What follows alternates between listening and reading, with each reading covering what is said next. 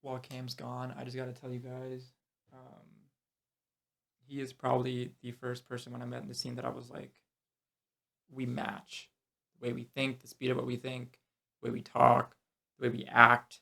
I think he's just a much better visionary than I am. I think where I fall flat and what I admire from him is he's had this experience of just doing things with people. He has this crew and this tribe that I admire, and that's why I love anything that they put out.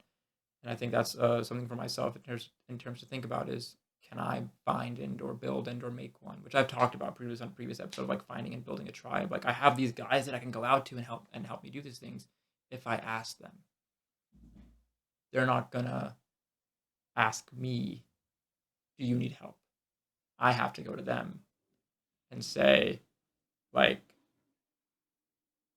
"Hey, can you help me with this? I have this idea. Can you help me, or do you know somebody who could help me if you don't think you can specifically?" And I've always thought about doing that. I just never done it because I don't know. Sometimes it just feels like too much work to take on versus like this is what I need to be doing. So, What is an insane bro, flavor that to have. scent is fucking I love dope. it. I It is love like it. my favorite scent in the whole fucking house. I love that. That's actually fire. Yeah. Okay, so I want to pivot. Yes. To talk about 48 Laws of Power. Yes. So, for people listening, this whole podcast recording session was simply incepted Sunday. 2 days before this, we were talking about something, and he said, and Cam messaged me and said, I've been reading this book called 48 Laws of Power. I don't really agree with everything about it. It's kind of upset. Like, I think you said something about it upsetting you, like you weren't feeling it or whatever. Mhm. And so you bring up a book to me, I'm intrigued. It doesn't matter what the book is. Facts. So I was like, okay, why? And he told me like overview, like what he thought about it, and I was like, this is perfect for an episode. And this is the exact way I get Cameron into the podcast, because you were on my list of people who I wanted to get this year before I move potentially. Is you moving? Later. Yeah. They know, but like we'll talk about that later. Later. Yeah. So we've had 2 hours of us just bantering plus talking about how we think about these things, which I think is the most valuable thing. Is just you just keep going. There was almost no like stops and let's talk about this. Like there were no hard pivots, hard tangents. A million tangents. Brilliant. Honestly, a million tangents. Yeah, but so we still made it. So I wanted to talk about the 48 Laws of Power. So I've heard about this book, never read it because there's a lot of times when like since I'm so selective of my time and I read a lot of fantasy, I only ever read one like self-improvement book at a time now. Current one I'm reading is Feeling of Productivity by Ali Abdaal. It's how do you make yourself feel better while being how do you make productivity feel good versus productivity feeling like work, which is it's really good. I just haven't read it in a while because I've been reading other things. And I usually will read a chapter before every episode, and I'll talk about it on the podcast with people. But this is great because we can talk about this one instead because I actually haven't finished the chapter on that because I'm lazy. And I've been reading fantasy. It's perfect. So there are 48 Laws of Power, and I'm not going to talk about all of them with you guys. It would take us too long. But there are some on here that when I was going through were very interesting. Oh, that's actually perfect. Yeah. That I wanted to talk to you about. Did you finish it? Oh, yes, I did. Okay. And I know you said there were some that you didn't vibe with, which I also don't. I probably don't vibe with the same ones you do. But the first one, literally the first law on this list, never outshine the master. What the fuck do you mean never outshine the master? I guess they mean in terms of when you're when you're a mentee to a mentor, never try and out like what did that topic talk about?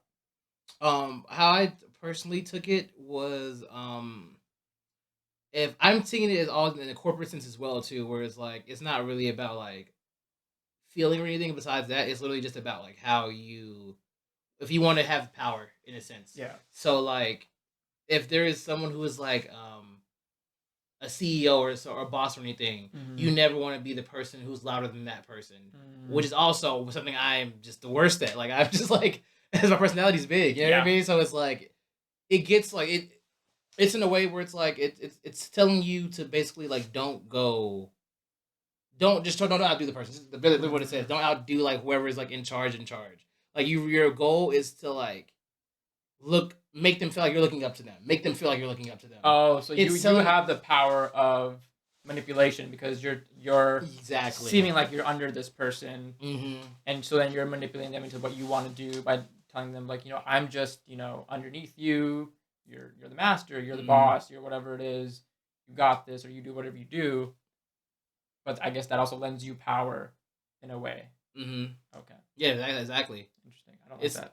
Yeah, it's gross. It's gross. Literally, the first rule itself is gross, and I think that's because we come from an anime like fantasy story background, where the whole point of you having an apprentice has always been you're supposed to surpass me. Yeah, exactly.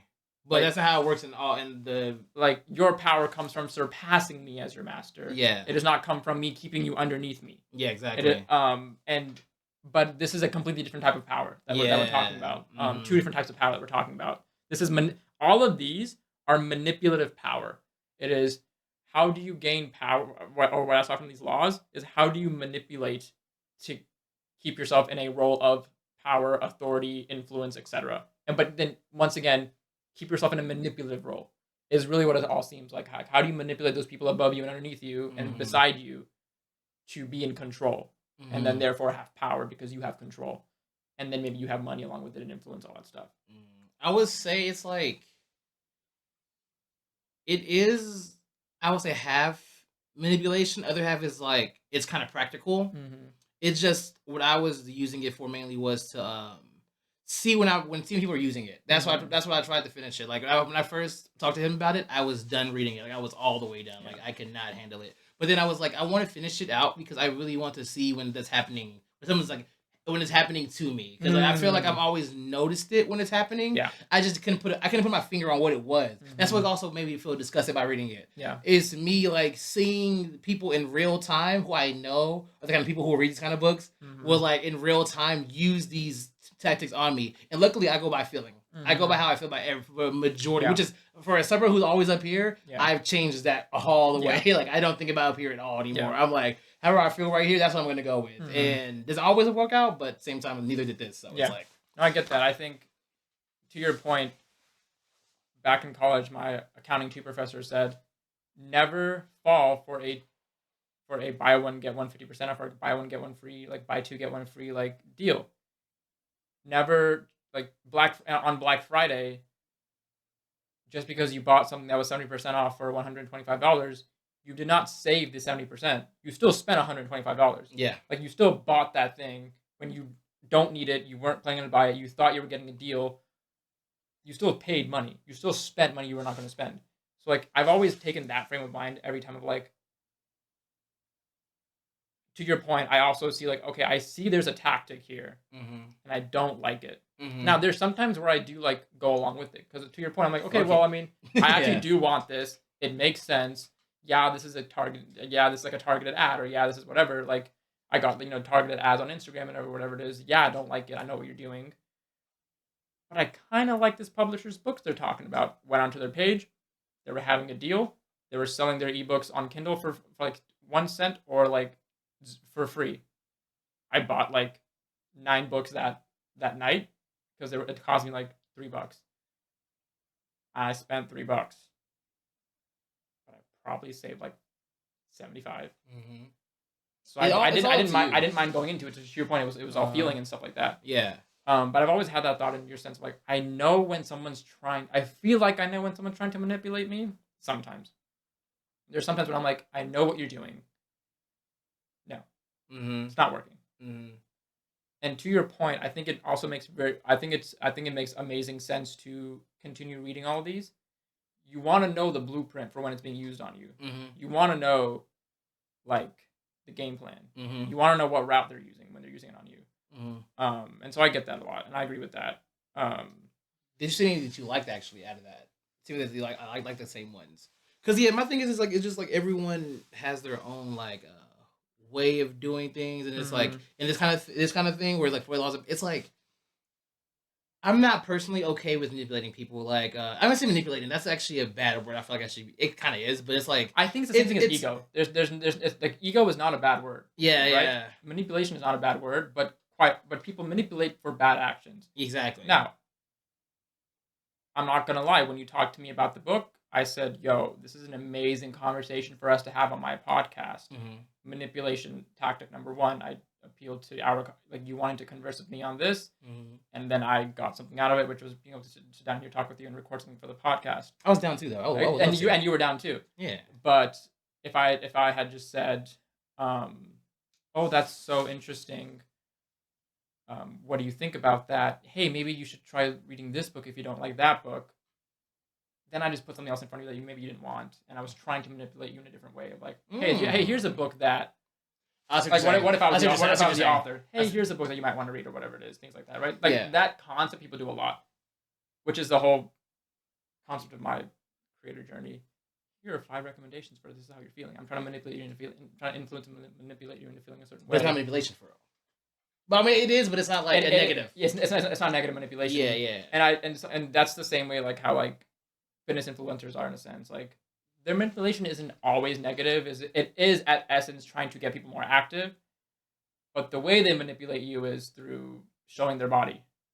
And like you seeing the results. Like I want to look like that, so I have to do what they're telling me to do, not what this other person's telling me to do. I have to go buy their program. I have to go buy their sponsored products and things like that. Factual. So like there's good and bad manipulations in there, but to your point, a lot of manipulation comes off as bad because it is manipulating somebody else's actions against what they alternatively would have done if not for this person trying to manipulate them. Exactly. Which is what happens a lot of times.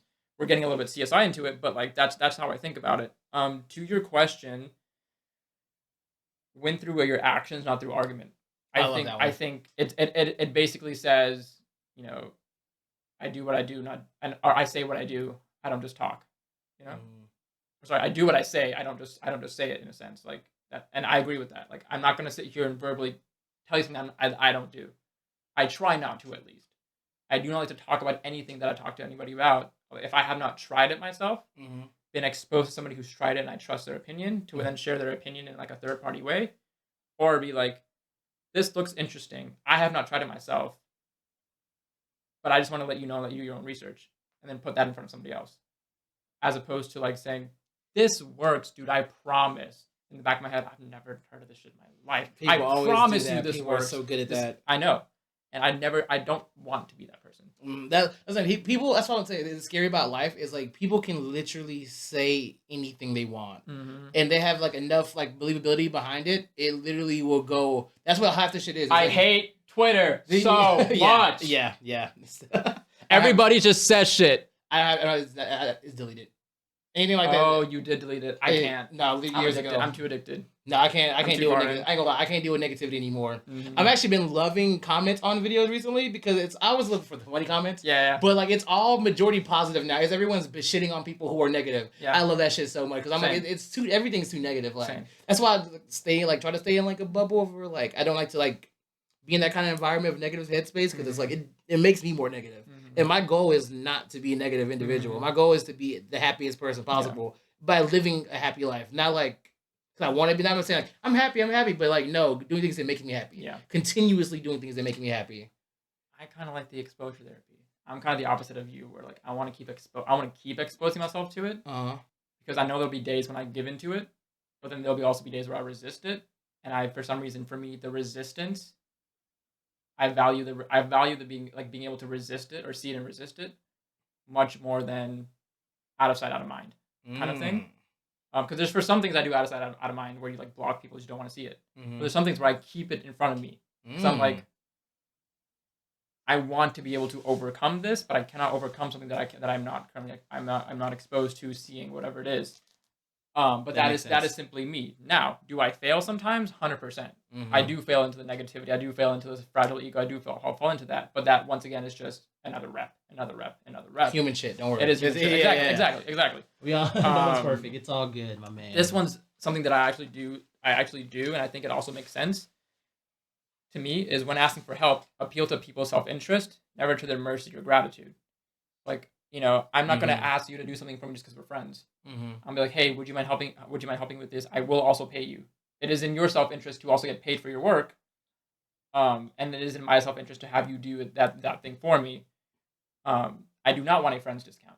I would say for me as a person though, I would rather you ask me as a friend to do it as a friend for you because it's like that's why we're here. Yeah. I honestly like literally if I'm so glad like I'm not super rich Yeah. because I'll spend all my money on my friends all the time. I would buy so many of T Soup I was shirts, like, bro. Anytime T Soup drops, I would do that so much. I would Yeah. commission all my friends. I would want them to do Exactly. everything, which is also another reason why I don't ask people because I'm like, do I have the funds to do that?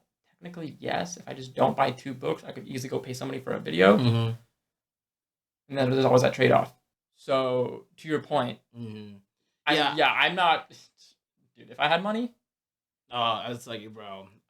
jams everywhere, I will literally, funded everywhere. I You literally want would have bought to throw a canvas. jam? I will give you the 5K for that Facts. for that pot. Genuinely, right now. like I really would like. I wanted like my goal. Actually, I should make this a goal for summer. You canvas a new DJ board. I want to get like a brand new board. His Like birthday is in June. it is. Oh, it's My even better. birthday's in June. Oh, it's even better. Let me know. I want to get him like a brand new board, like a just because he deserves it. He does. He's like the hardest working. Like he just is a homie. Fuck that. I want to get him the laptop. Exactly, literally, I agree yeah. with you. Like I want to.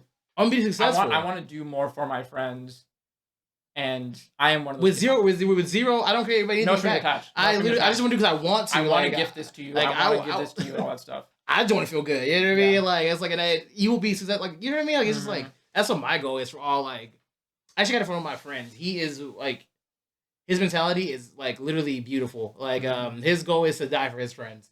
That's his actual goal. Like he would if someone's like did a shootout, he would jump in front of like the bullets for his friend. That's his goal. That's how he wants to go out. So it's like I'm not that extreme. But, but I would do everything else but die for them so that we can do things together. I'll take a flesh wound. My shoulders are ready for you, bro. This part, no. Yeah. This is blocked. But dude, shoulder, leg, arm, 100%. I got you. Bro. I got you wholeheartedly. Like knock you out of the way. Through the middle to the center of my hand. I got you. Knife, grab my hand, done. Like I'm blocking that shit for you right easy. here. I'm It's keeping light. you back. But if that knife is like right here, I'm gonna be like, really, exactly. No. I'll get stabbed for you. Yeah. I wouldn't mind. That is true. I'll take a little stabby stab. That's something light. No, but yeah, that's what I'm saying. So it's like I'll say the ideology of the book is just doesn't help. Like I don't know. The older I get, the more just like I would say of like a human I want to become. But like just a better human in general. You know what I mean? Not quantifying humanity is like a lesser or higher thing for anybody else. But it's like that's my personal goal. It's whatever that definition of humanity is to me. Yeah. I want to be able to live that life now. Like that's something I didn't have for my life for a long time. Like that's how I started off dancing. And I feel like I started off like in dance in general. Like when I was like 19, 20, that was my mentality then. And I don't know when it happened, but it trailed off to something different. Like now I'm in my head more. Now I'm judging people more. Now I'm like looking at people certain ways more. But that would never used to be me. Yeah. And also it probably comes from my jobs too, Honestly, which same. is coming from working in the public and like bartending and working in like very debaucherous spaces. I mean, you like in your job, you can't help but people watch, and like your job is people watching. Like, Unfortunately, your job is to pick up on cues. Your job is to pick up on social things and stuff like that. So like. I studied that shit too. I studied that shit too in school. So I was like, exactly, you have to. And so I get that. Like, it makes it hard to not do that when it's your job to do that. I look at millionaires and billionaires' bank accounts all day. My bank account ain't nowhere near theirs. Nowhere like near. So it's like it's hard to not do something that you're doing all the time. That's factual. So it becomes more a party than it was in the past. But it's also not bad. Yeah, agreed. I think it's just we're all people. Like it doesn't matter like what. Like my always biggest thing was if I have like someone over me, and I work for this person, right? My thing has always been in my head is you can't talk to me any kind of way because I can quit right now, and then what are you to me? You know what I mean? The powers you had over me by yelling at me, by doing all that other stuff. If I quit this very instance right now, who are you to me at this point? Yeah. And now what's the problem? You know what I Yeah. mean? Like now, what is the energy you're gonna have? Yeah. Because now you have any power over me that you have by a position. Now we're just two Now we're humans. just two humans. Like, Yeah, and I'm a lot bigger line than of you. authority. I'm a lot bigger than you. A lot bigger than you. Exactly. So all you yelling at me, I'm a very chill individual. I love, you know what I mean? Yeah, So yeah. it's like, but now you all the yelling you had at me, you've Yeah. done. Where is that going to do for you now? Yeah. Like, what is that instant? And I feel so bad because every time I go anywhere, I have that energy for sure. Yeah. Like, anytime anyone talks to me any kind of crazy, I don't care who you are, where you are, I'm like, I give you a face. Excuse me? I'm like, there's literally no need for this energy. It's the jump effect. It's a junior effect. It's a junior effect. There's no need for this. Yeah. Oh, that's why. This is a tangent, but I realized for me in like the going back to dance, but that's my problem with the dancers in the community, the older people in dance for so long. That's the reason why I couldn't get along with them. Yeah. And vice versa. I feel like that's the reason why I could never ever get along with any of like my supposed directors or like the community leaders from that era. You can't little bro me. I feel like that's always been a thing about me. Like I don't care who you are, what you are. It's like we're all people who do this. Like it's not like a stature thing for me. Yeah. That's why I've always danced with everybody, anybody. Yeah. I never cared about what your level is. It's like who you are as a person. I'd rather talk to you. I want to get to I get to know people by. I want to get to know you as a person. So like you're like feel like you're better than people because of your position in like a community. It's like that's weird to me. It's like why are you trying to little bro people you don't know because you want to be in charge for the rest of your life? Like you're like no, we're all people. Like all my kiddos, like when they were kiddos, they're all older now. I'm gonna be better than me. I knew they were better than me from day one. I'm like, I would rather cultivate a relationship as us as humans. Like, and when I'm in director mode, I'm in director mode. That's when you listen. Besides that, we're people. Say whatever you want to me. Talk to me crazy. I get that 100%. Like, when there is a needed chain of authority, like if there's an authority needed, there needs to be one. Exactly. Someone has to be. I have realized that someone has to be in charge. Yeah. And whoever is in charge in that moment, I will listen to that person. Like my managers in my job, I feel bad for them too because they don't know how to manage me. Like they can't tell me to do anything, but I will do anything because you're nice to me. You're not nice to me, but like you talk to me like people. You're very respectful. So like I will literally like do anything you ask me to do because I respect you. Yeah. They feel bad for asking me, but I'm like, no, like I want you to ask me. You know what I mean? It's I like have people at my work like that. It's a very different, it's a very interesting dynamic always, but at the same time, it's like that's how it should be. That's how it should. It should be. I respect you, therefore I will do what you're asking. Exactly. And or telling. Understand that the respect goes both ways. And the minute I stop respecting you, do not expect the same treatment. Exactly. Oh, 100%. 100%. But the people aren't like that normally. That's the problem. Because we're taught not to be like that. We were raised in completely side tangent. I hate our country's. I hate school systems in general. Because we're taught at a young age to do what we're told. So we're programmed to do what we're told by someone of a higher authority. And when we're kids, they're all taller than you. Unless you're a big guy. Your boy was not a big guy. I was only ever 5'9" and then 5'10". So like I was never 6'5". I was never tall. I was like towering over anybody. People always told me what to do. And me being raised up in an Indian household, authority is a big thing in an Indian household. Never raised my voice at my dad. Never looked my dad in the eye. Always looked down. So when I actually was going into college and having these conversations and talking to people normally, sometimes it was like, why are you looking down?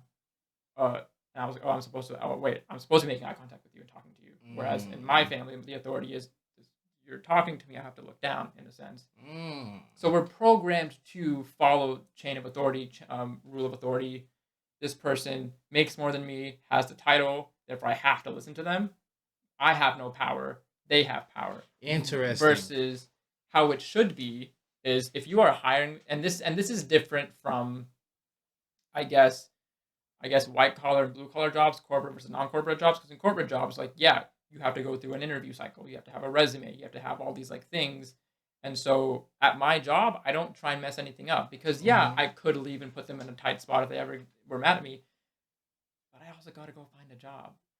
And so I have to go through that entire interview process again and all these interviews and resumes and sending shit out and getting on LinkedIn, all that stuff. There's also like that two-pronged thing of like, yeah, I have power as your employee because you will not get this shit done without me. The power is I'm doing it, you're not anymore. If you have to do it yourself, you'd also be annoyed as fuck as I am right now. But also, if I leave, who the fuck is gonna pay me? And like, when am I getting my next paycheck? All these things. But closing the side tangent, I just think we've been programmed to obey rule of authority, and I think it only comes in. It only starts like we start breaking that brainwashing and programming at this age, when we are our own people. We have our own jobs. We see what we do and don't like, and regardless of what people above us would say, I'm not going to live my life like that because now my life is completely my own. I don't rely on anybody to do things. Nobody relies on me to do things. Therefore, I am fully autonomous. If I am not going to respect somebody who doesn't respect me, I'll quit and go find a new job, kind of thing, right? But it is something that like, I believe that we've been programmed, which is something that I absolutely hate about our school system because I was a product of the school system. Like I'd say that that's like my motto when it comes to my schooling. Like I was a product of it. I did my grades, got my A's, got my dual credit classes, my AP classes. I went to college. I did accounting. I got my master's. I got my CPA. I got a Big Four job. Like I did everything I was supposed to do. I don't like my job as much anymore. So like I try and find ways like other things that I like. But I was like almost a poster child of like I did what I was supposed to do. I listened to my parents. I got my grades. I got my degrees. All that stuff. I went to college. Everything like that. And it's like, for what? Sometimes like why? Like there were parts of it when I was like, I have to unlearn that now. Versus, unlearning a lot of that stuff is actually what is like what's in here, and sometimes in my and like in the way I see like recreate yourself.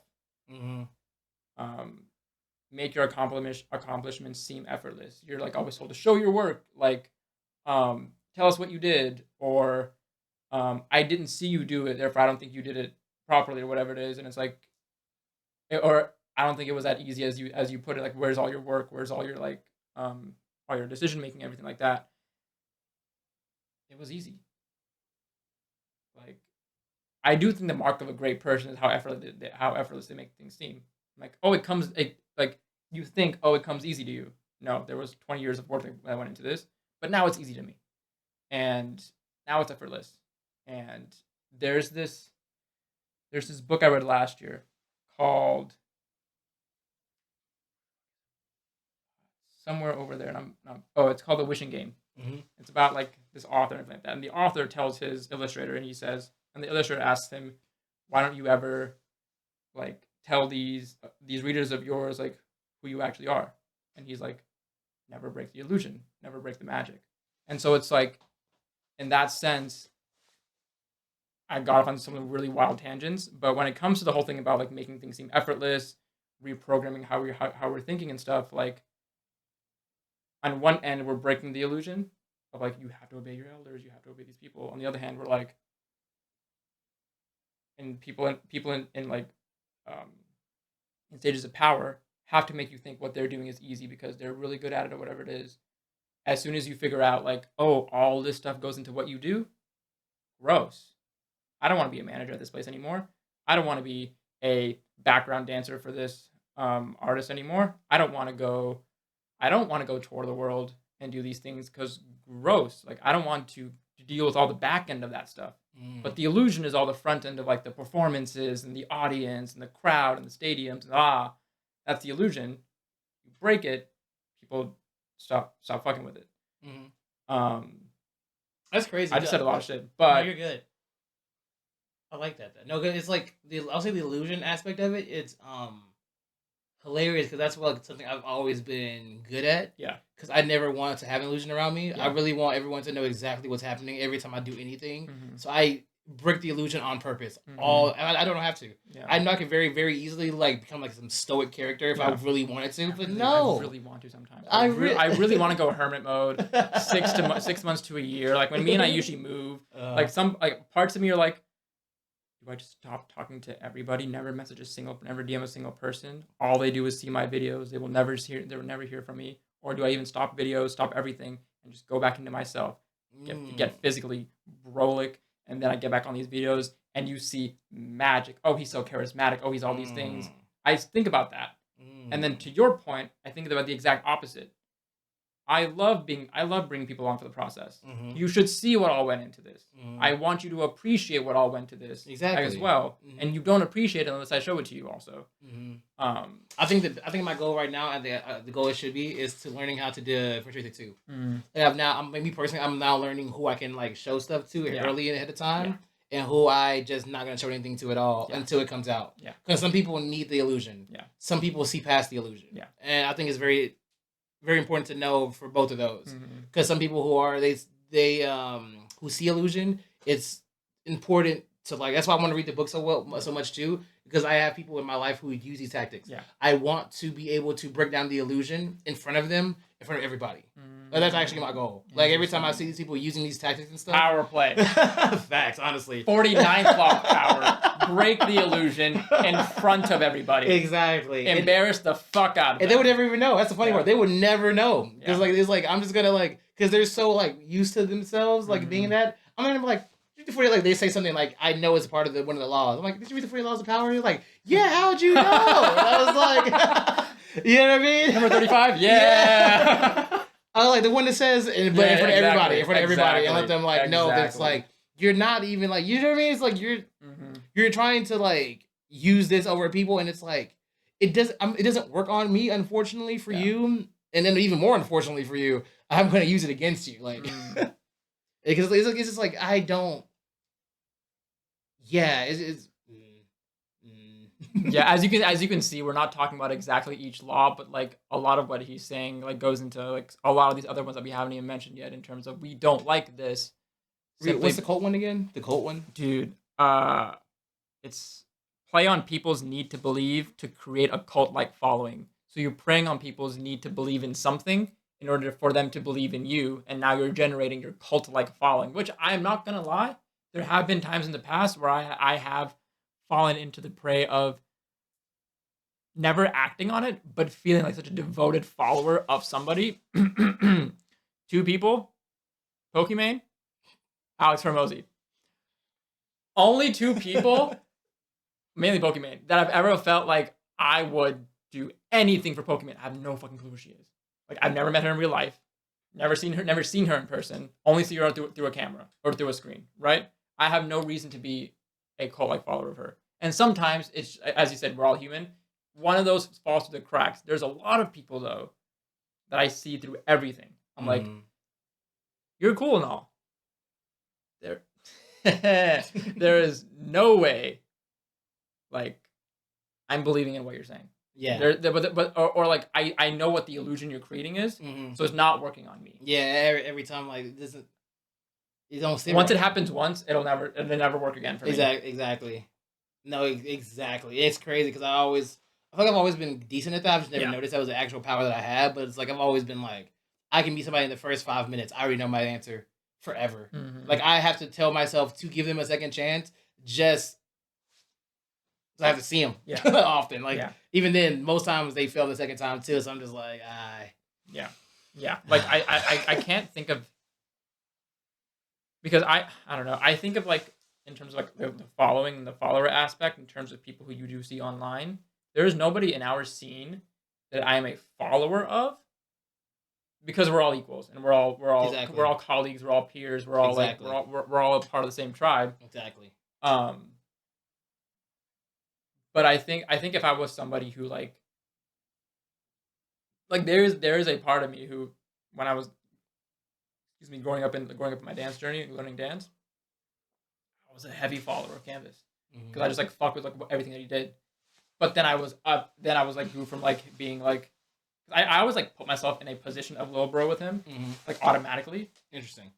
And then I was like I want to be his friend, bother him, session.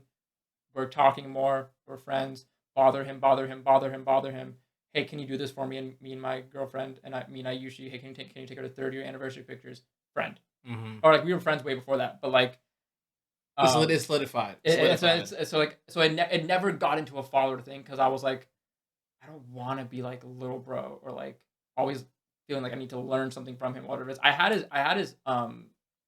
his name in my phone as Alan parentheses guide in my phone for the longest time since I first met him, because he was someone who I looked up to as like this person who is like my like guidepost in like the dance scene. Like I want to be like him. I want to move like him, but I don't have ankles like him, so I can't move like him. But I was always trying, and then at some point I just switched like out, just like regular just Alan in my phone, because he's not guiding me anymore. I'm not guiding him. We're just like we're all doing our own shit. Mm-hmm. Number 32. Play to people's fantasies, but also where is it? Number 35. Master the art of timing. And lastly, assume formlessness. I would say right now the second one, the timing one, is my biggest thing right now. Heavy, yeah. That's my biggest thing. My thing is everything happens for a reason. Timing is literally how it's supposed. That's my goal right now. Timing is how everything is supposed to go. Like whatever happens, like if I get that, like something happens, and I get that feeling, I'm like, do it. That's what's supposed to happen right there. I feel like you're very good at acting and acting proactively. Thank you. I mean that very genuinely from what our talk has been, and even the advice you've given me, because I feel like I'm in many times reactionary. Oh, should I have to get this video? I'm both. Let me make something. I feel like I forgot to do this. I need to make something. I always put myself to the like I have to have some sort of external pressure that makes me think, oh, I need to get this done. Oh shit, react to circumstances versus proactively act up until thing gets done. Thing got done well before the quote unquote external pressure of a deadline. We're good. I always operate on like a need to basis, and then that need to basis went into a reactionary like type of behavior. But I feel like you're at least even more than me. Even if you, like you said, you do both. I think you are still very good at putting yourself in a situation to then act proactively as opposed to acting reactively. Given that like you plan things out on your phone, but you also plan into, here's who I ask for this, and this, and so you know the next step is due. Go ask for this, and this, and you're already planning like this video is gonna take a month to get done, but I can still start on it now because it's gonna get a month to get done. I have to start on it now so it gets done in that month. If this video takes a week to get done, I can also start on this and have these two going at like whatever paces they're going to. This one's done, etc. I think that's very cool. It's actually crazy. I feel like I'm worse at being proactive. I feel like I'm better at being reactionary based, because it's like everything, the best stuff always comes out in the moment. You know what I mean? Like no matter how much I can plan something out, every time the best idea or move is going to happen in the moment. It happens every single time. This will ever do. So like I tried to learn how to like. Also, I had job training too though. I had a lot of training. I had a lot of like have multiple teams of like 20, 30 people multiple times asking me like not understanding exactly what I'm saying. So I had to learn how to like be able to like plan it ahead enough so I can like explain it better. But at the same time being able to like, that didn't actually work. Like it didn't actually work how I had it in my head. I have to fix this right now. I'm like, we have no time to like do anything else. I really have to fix this. And like also I would say working with Andy and Barney has been really helping me for that, because like I feel like Barney's such a fool sometimes. Barney's low-key a genius. High-key a genius. I know, I 100% agree. And I think that's why he's so like it's also chill, annoying. Low-key, annoying, foolish that's all the time. Yeah. I'm like, how? Like, how the fuck are you doing whatever you're doing and it's working? He actually is the best person I know how to make things work. Like literally understanding and breaking things down. He's actually the best at it. Actually, I might just be really dumb. He might be so dumb that it just works. No, because that's how I feel. I have to break things down for myself. To make it sense, because things don't make sense to me. Like, people will say things a lot. It doesn't make sense to me. Like you ever hear like people say dance sayings like you just gotta feel it, so like that, like it doesn't make sense. None of that makes sense to me. Just keep doing you, and I'm like, what? None of that makes sense to me. Exactly. I have to like literally break it down for myself 1,000,000%. Yeah. And that's why I'm like, oh, this is what it means. Yeah. Oh, what's what it means to me, energy. But it's like, I feel like Barney can make anything make sense though. Like I literally had an idea for something, and I was like, I choreographed it. I didn't know how to like. I just made it. I had no idea how to teach it. I had no idea what to do with it. I'm like, I want to hear this flow, but this is the movement. I'm like sure how to make those like correlate. Literally, Barney's, and then he just like says it out loud and then does it multiple times. I'm like, that's what I'm saying. But like, He's the best. Like I'm literally, I'm like, I can do this. Give me 2 more minutes. He did it instantly. I'm like, you're a genius. How did you get that? Like, it's not easy. Like, what the reason why it's so difficult because it's like also thinking in this room, it's all people who do what I do, if not even more. They're more choreography than me. Yeah. Like I just make choreography. They actually take classes, like and go crazy in that kind of realm. Yeah. I don't do that anymore. You know what I mean? So it's like they all know how to take classes. They know how to find stuff, figure it out. They're also the same age, so like they know how to figure stuff out. Yeah. None of them could also figure it out. Yeah. Barney can figure it out instantly. The first minute. Yeah. That's crazy. No, he's actually it comes like, with a lot of experience, and I agree with you. It does come with a lot of experience in like doing that. He's a genius. What's up? I would like to ask you, for the people in our scene that are mutuals of you and me, or let's just take these few people who we know are also doing different things with their lives. What do you think is their biggest like strength? So let's just give a list, right? Barney, Andy, MJG, Major, Canvas. Barney is his high key it's his mental ability to like understand where he is at all times and the ability to like not take anything too hard at all. That's why he's so mean to people. He seems so mean to people. Yeah. His whole stick is bullying is not a real thing. Yeah. You can literally just walk if someone's being mean to you, you can literally just walk away and just like stay away from that person. Yeah. That's his whole mentality. But because of that though, that's how I feel like he doesn't care what he does. Yeah. Like he can literally like have like the most fun like in a round, like being like do anything he wants. Like he's like dancing at this point. He's just like really just being like just having fun, honestly. Yeah. But it's like he doesn't have to take it seriously because he knows how to like commit hard enough to make it work. He also knows it doesn't matter. I feel like that's the majority of him. Andy also, he doesn't feel at things at all because his aura. His aura is just so powerful. It really is. His aura. I will be honest, it is very powerful. Like I have a strong aura as well, but I feel like his is like. Which it was actually really funny. I feel like I'm more charismatic, but his aura is stronger. Yeah. But I have more charisma. It's like one of those kind of things. But at the same time, it's like, it's still his aura is like no matter what he does, you believe him. You believe him, and it's like it's so funny because me and Andy also have this thing where we process things very fast. Whatever happens, we can process it instantly. Like something happens. I love talking with people like that because you don't have to explain. You don't have to pause for them to get it. You just keep going. Sorry, continue. No, you're good. You're good. It was like he's in a battle. He had like a bad round. He literally, as soon as his round was over, he's like, that round sucked. Yeah, 100%. I think if you can't do that, you're not at that level yet. It is like he doesn't. It wasn't even a bad round. That's just crazy. It's not even a bad round. So I think that's his best strength. It's his power to like. He told me one time that he was insecure about something, and it was the craziest thing I heard in my life. I was so like flabbergasted. I was so like, you? I'm like, you're my confidence, bro. I'm like, literally like, that's a big thing. He's the those are the most important people in my life for real. Yeah. They give me the confidence to do everything I can do to this day. Like, I feel like everyone had like a hand in it, but like them two genuinely are the first two people who's like really like, let me do what I want to do. Let me get my ideas out.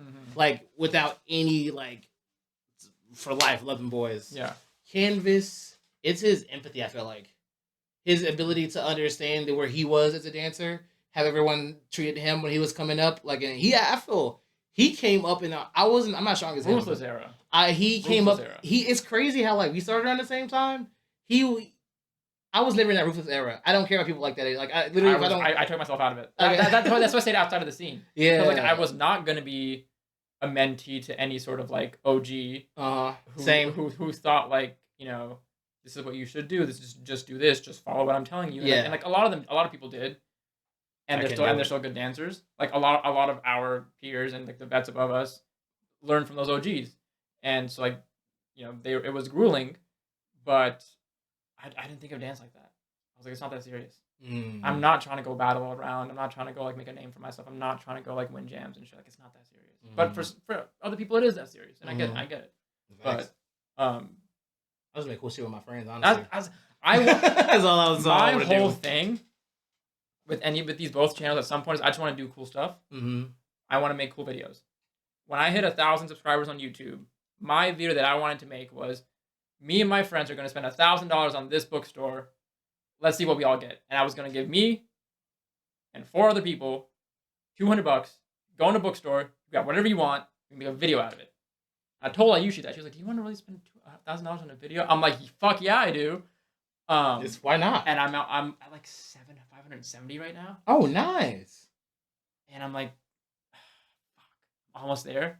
But I would have to make this video before I move because I want these guys, obviously. Yeah. So like, I had this idea last year, but I was like, is this the right time? Is this the right time? Is this the right time? And now time's gotten away from me, and I'm in the season of getting a marriage set up and all these things. I don't have time anymore. So I don't know if I'll be able to do it right now. But that's what, like, I just want to do cool shit and then find a way to bring my friends into it. So to your point, that's what I want to do. That's all that matters, honestly, to me at this point. That's all that matters. It's like I've had all the other variations of like the negative stuff. Yeah. It's like I'm done it all. I'm done. I'm good with it. Let's see who else. You say MJG, passion. Heavy. Passion. He's the most passionate person I think I know at anything he does. Heavy. He dives 1,000,000% to anything he does. 1,000,000%. If he wants to be weird, he's gonna be weird. If he wants to like MJG was so good. He was the first people I didn't know how good he was because how good he was. He showed me what it meant to be so skilled. People don't understand. He showed me that. He showed me like I wasn't good enough because Andy Barney would go crazy for him all the time. It was like 2016. Like, it was like way back in the day. Right when I first saw him too. I was like, oh, he's cool. Oh, he's good and all. Yeah. And then people are like, oh my god, it's MJG. Yeah. And I'm like, I don't get why. Yeah. And then you learn from him, or you watch him dance, and you watch him move, and you're like, there's no limit. You're a different human. Dude. You are there's different no being. Limit. That's great. You are so good. I literally wasn't catching what you were doing. Yeah. That's crazy. Yeah. Like, especially who coming up watching dance videos. I literally watch. That's how I came up watching all dance videos. So it's like I still don't like. I dive deep into shit. So I still don't understand like in real time how good you are. That's crazy. Wild. I am not good enough. That's I've never seen that before in my life, and it would never happen to me again. It would never happen to me again. I'm going to see everything from now on from everyone does. That's what I'm saying. You, Mikey Flux, Pop Tart, I think, and we're not including MJG in this, are the three people who I've talked to in the past that have been like, I see your concepts. Like, you've told me, like, I see what you were trying to do there when nobody else had. And then vice versa. I can almost always see what you guys are trying to do, except for fucking Mikey Flux. You're fluxing all over the place, and sometimes I can't pick up on your concept. Mikey is a talker. But, yes. When you think of Mikey, think of, like, because Mikey's one of my influences, honestly. When it comes to talking, Mikey's one of my influences. Actually, it's hilarious enough, too. Pop-Tart, I feel like right now is one of my biggest dance ops. Freestyle-wise, he's my biggest op, I feel like. Only because we're very similar in the way of we're very conceptual heavy. And I feel like he is more creative in the way his body operates. Yeah. He can do a lot more physically, I feel like, than I can do. But I feel like my flow is just different. Like, my flow is like... Your flows are completely different, but, like, you guys are both trying to play out concepts. Exactly. Whereas some people are just, like, playing out techniques and playing out, like, here's this angle, here's this angle. You're like, no, look at this concept that I'm doing. Look at this concept that I'm doing. And I agree with you. Like, you guys are both, like, heavy concept dancers. And Mikey Flux is crazy because he is... He just talk different. Mikey he really does. He's Kid Cudi. He's the Kid Cudi of I feel like of Dallas. Like the way he's poetry. He's really poetry in motion. Yeah. Like he's really like the way he just goes through stuff. You can feel like I feel him the more like almost anybody in Dallas. Yeah. Like the way he's just like in his mode. Like you really. Was it? I was talking to somebody about this. It's like certain people you can tell their likes and interests by. Like I said, you can tell by what they like by watching them. I like music. I wanted to be a rapper or a singer at one point. So that's where my style comes from. And he's right there, bro. Yeah, facts. Facts. He's already paved the way a little bit. Yeah. Now you do your own thing and then plug in. Oh, no, I was going to say in a different way where it's like because I wanted to be one for so long.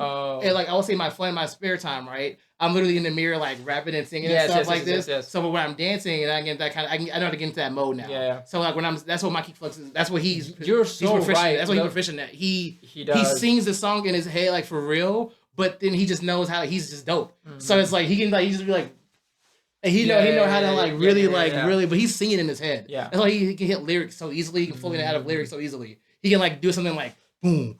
Boom, lyric, boom, boom, boom, boom, because he's singing the song in his head. He's just like following on, like he's in his own like little pocket of like. That's what I'm saying. He's really like a poet on the track. Like he's a poet. You're like watching a poet dance. Yeah. That's what it feels like watching Mikey Flux, which is insane. It is insane. Insane. It is insane. Insane. I there was a point at which I knew his concepts, Mm-hmm. and then there was a good amount of time that I did not understand his concepts until I kept watching his Flux tapes and his, on his stories. I love his Flux tapes. Bro, I am a devout follower of Mikey Flux tapes. Like I'm so mad he kept making them stories and not actual posts. So but I'm like, I know you have your own vision. Once again, I see the vision. I'm like, I see the vision you're going for. Therefore, I've never questioned it. Mm-hmm. But I tell him every single time I meet him, I'm like, dude, I need the Flux tapes. And when he started like doing his own like, this is a very like minute thing, but I love it. The lines, the slashes. I love the slashes. The first time he did it, I was like, you have to keep that in every single thing. Yeah, that is factual. It has to be a part of your brand now. It's a brand. Flux brand is also like the X with the slash. Yeah, that is your brand. That's factual. I love that. I love that slash. I ain't gonna lie to you. It makes me feel so happy when I see it sometimes. I'm like, yay, it's a Mikey Flux video. I love it. He could not have his name on it, but he would have the slash on it. Yeah. It's a Mikey Flux video. No, facts. I love Mikey Flux. Shout out to him and Tunes. Yeah, factual. They do this shit. I love everybody. I'm sorry, who else was there? You said Canvas, his aura, his empathy, I feel like, and it's just like and his ability to go through the hardest time, I feel like, of dancers coming up was during that time, I feel like. And he thrived so hard that he's like solidified. Like and it's like his confidence is solidified. His confidence is solidified. Like, you know what I mean? Like he went through the hardest battles. Yeah. He actually, I feel like he had the hardest battles ever to go through. 100%. Like even it's because he fought all like the heavyweight champions when they were heavyweights, and he was the one coming up. Like we're all coming up. He's the only one outside for real, out there.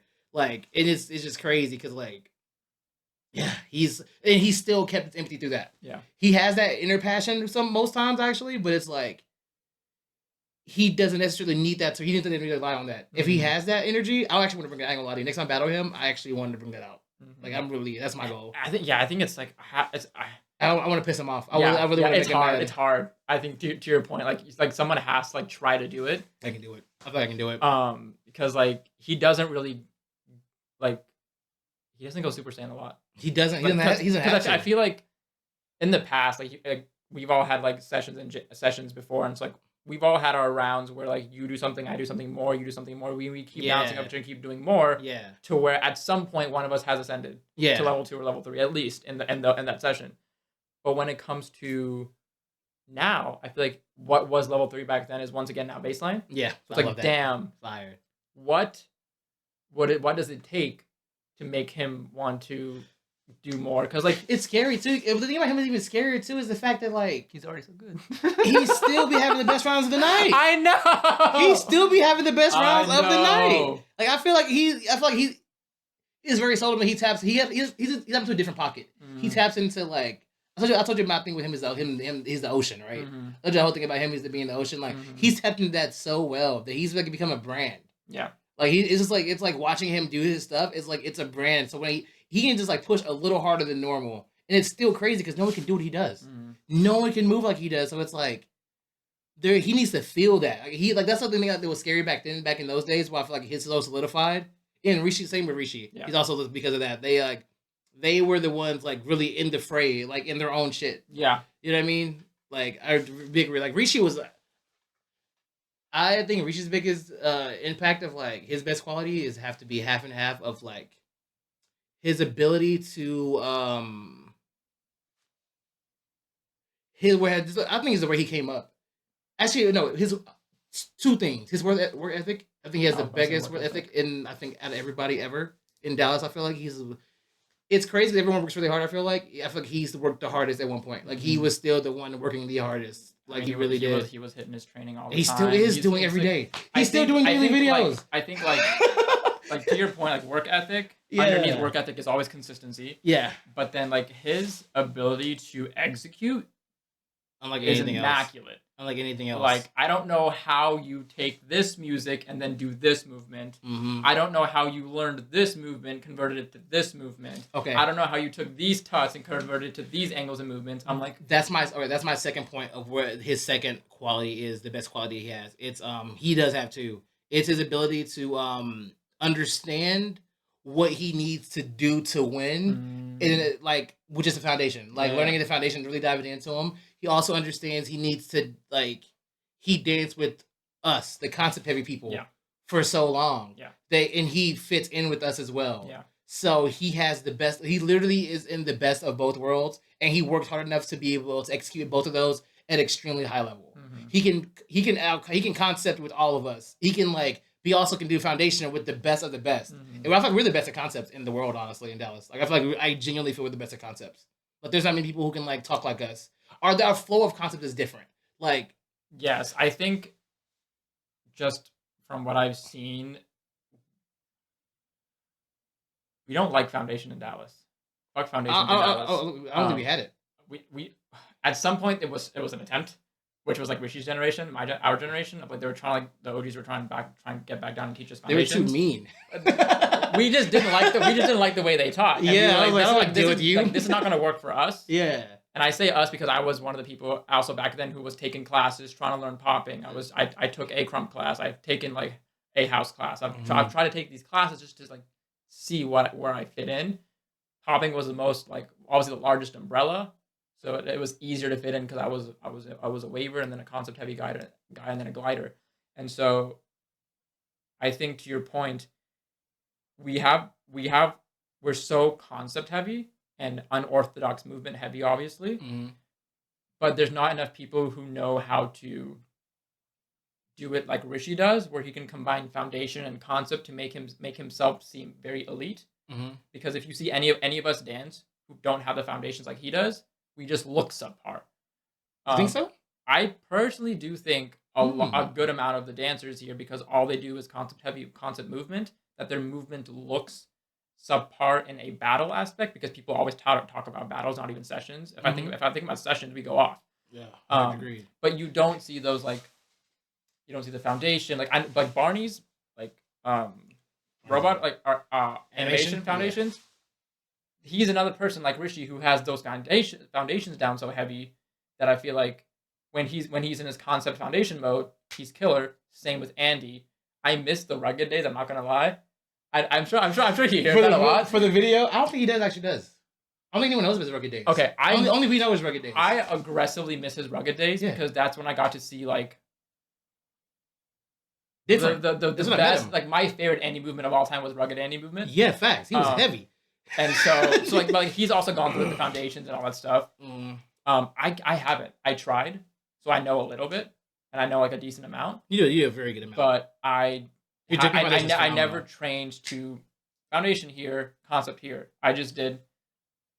Let me do whatever the fuck I'm feeling, and then so me personally, I don't put myself in any of these names because I don't dance like that anymore. I just come out to sessions and dance. I'm like, the Narcies of the world, except Narcy Arish. Not even. But still. Energy is crazy. Everyone talks about you every time you dance. Shut up. That's wild. That's fucking wild. Every time it was like I would talk to different girls. That's wrong. I talk to different girls. like not even. And they would be like, "Oh my god, the Arish! Like he's fuck him. He was like he's the juking one. He was so. I am a juking one. But like, still, no, they literally loved you. Shut up. Appreciate it. But I don't want to hear none of that negativity. I do see like. And a lot of the dancers here who are concept heavy, they don't have that heavy foundation. So when we go outside, all other people see is just like they don't see that high quality. That's interesting. Because I feel like, I guess the best way for me to frame it is, how do you make a good essay without good grammar? I feel that. Without good paragraph structure, line structure, that's your foundation. And so you can have the dopest ideas in that essay, but you didn't say it right. And I feel like the way to say it is including those foundations, which a lot of people didn't really, like our generation, like a good percentage of it didn't train it up, as well as Andy, Barney, Rishi, Canvas. Like they all have their foundations set to a level to where their articulation is high level. So that's why it's like when I see like an MJG, and you see a Valkyrie dancing, or you see a Narcy dancing, or a Sparks dancing, like they obviously have their foundation in days, and some of them just stay in those foundations, but then some of them like their articulation is so good. I think we can see the concepts because also we grew up moving with the concepts, It's like, I don't care about your paragraph structure because I still know what you're trying to say because I know what you're trying to say. Mm-hmm. If I give that to somebody else, they're gonna see run-on sentences. They're gonna see missing commas. They're gonna see like um, chain of thoughts being broken. All that stuff because they assume indented paragraph, capital letter, first sentence, period. Next. They assume that that's how it needs to be said, and that's how it like to be said. That's how the audience thinks that they want to see it. That's just the way I frame it to myself. Mm-hmm. I think maybe also because it's me, I'm rebellious as fuck. That could be it might thing be. is because I think the opposite. It's actually insane because like I've always been concept heavy for the most part, but at the same time, I've never had a problem with anyone I don't know watching me dance. Mm-hmm. Anytime I've watched anyone who like doesn't know me, they see me do stuff. They're like, "What the fuck? You're crazy!" I'm like, "I know, right? I wish I know exactly." Like even though the last one I was saying, I was like, it was actually hilarious because my goal was to bark with concepts. Mm-hmm. Like my goal was to, I'm like I said, I'm gonna fuck this thing is gonna fuck you up. Yeah, and I felt like it did. I'm like, these angles are really gonna fuck you up. I'm Yeah. not doing anything extra, but it's like, I don't know. I just think it's like, I think it's the believing in yourself aspect that makes everybody crazier. Because I also study because I realized too I've gotten really good at like I'm in foundation more now, but it's like I've always had like very like the particulars of dance, flows, like concepts, ideas, executing the ideas, making everything come like flow together smoothly. I've gotten almost perfect in all of those. Musicality, I've gotten like almost perfect in all these aspects of it. All like in my head anyway. But it's like literally, it's kind of crazy. Me learning the foundation and everything actually it has elevated me a lot higher.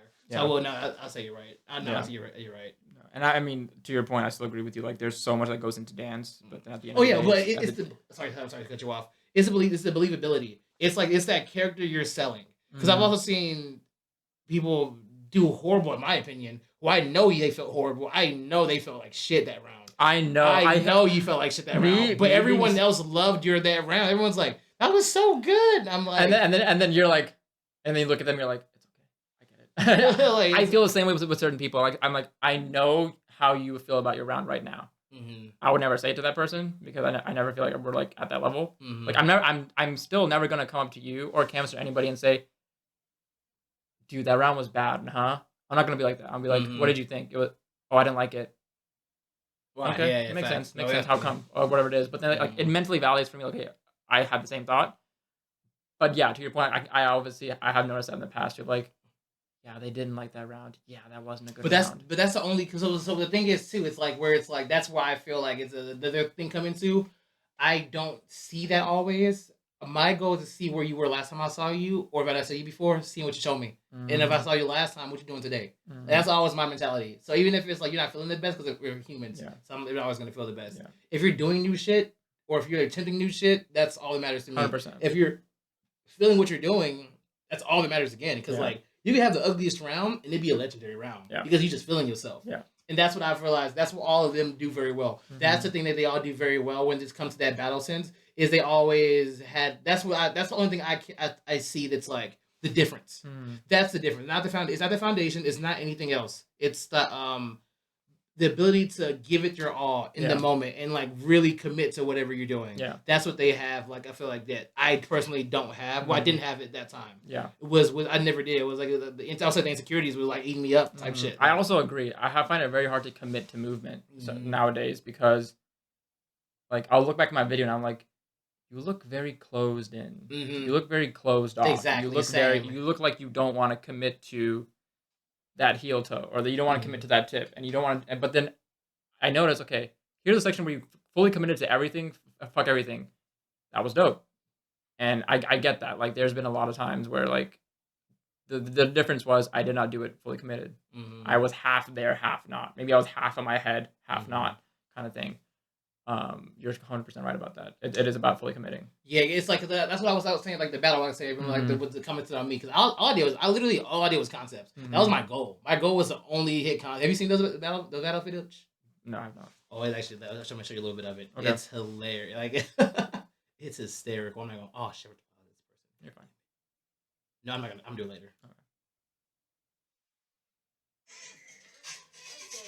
Like literally all concepts.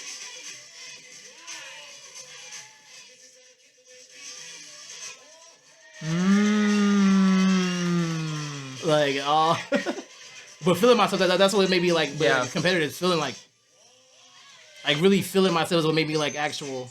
That shit was crazy. Oh, it's actually kind of crazy.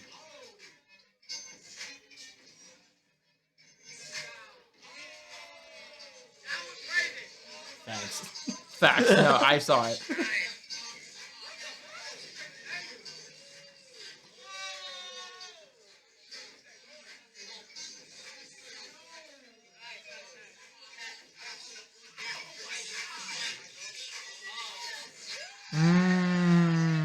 They, like, you know what I mean? Just look at it like, yeah, like. No, I agree with you. That's actually the round that I was like, yeah. Yeah. And I'm like, oh shit. Oh shit. 5, 4, 3. Don't know. Damn. But you know what I mean? Like, Yeah. it's like, but it's like that was I think I was missing the whole time. That's the only thing I feel like I was missing. It was never the foundation. It was. I feel like it was just like, which is also because you can't really. What can you quantify as like? It's movement. I mean, that's the hardest part of being a judge is how am I quantifying and qualifying all this stuff? Mm-hmm. So if you don't agree with what their methods are, you're never going to agree with their decision regardless. Which is why I don't care about winning or losing. Which is why I stopped battling. Because I was like, I can never get behind you can knowing that, like, okay, if I was better than this person, but I was not picked, I'm never going to understand why and agree with it. I might understand, like, okay, I see what you were, like, judging and what you were looking for. I still don't agree with it. But for me, I was like, once again, I have zero competitive bone. So like, it was just not worth it. Like, there was no competition in there for me. Like, I did not find value in the competition. I don't like me. I can spar with you in a session, and I would like that more than me being judged by a third party. I want you and me to judge each other, and that's it. I don't want a third party to judge me.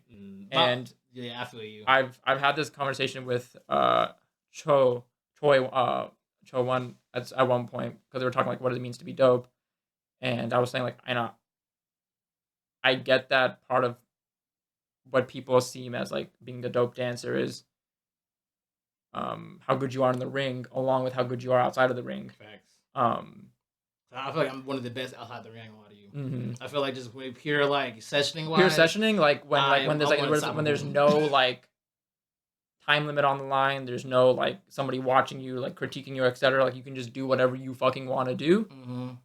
You are like no holds bar. No, I get you on that. Yeah, I don't. Yeah, my only reason for I feel like wanting to battle is like that competition of being in the ring with somebody who also wants this. Because I said earlier, the dream idea of it. Yeah, it's like my goal is literally to like if I see someone with a fire, I need that like that you watch. Do you read JJK Jujutsu Kaisen? I've watched it. I haven't read it yet. I have volume 1 right there. Okay, but there's like a character towards the end of his name is Akari. He's his feeling is the fever. Mm-hmm. That's been actually my battle mentality for the longest. I've been through the past like few months. Is the fever like he wants the passion. If you have passion, he feels the passion. That's what I realized. That's the really thing about me. Like I want to be able to. If you have passion, I'm going to feel the energy. But at the same time, if you don't have passion, I'm not going to let your passion dictate my energy anymore. That's what I'm trying to realize. I'm going to be my own. Like you can't give me the energy, I'm going to make the energy myself. Mm-hmm. That's my goal from now. It's my battle. It's like I don't care who wins or loses, but like if you're not energetic, like you're not beating me. Honestly, in my head, it's like I don't care what I do anymore. This personality alone, I feel like it's strong.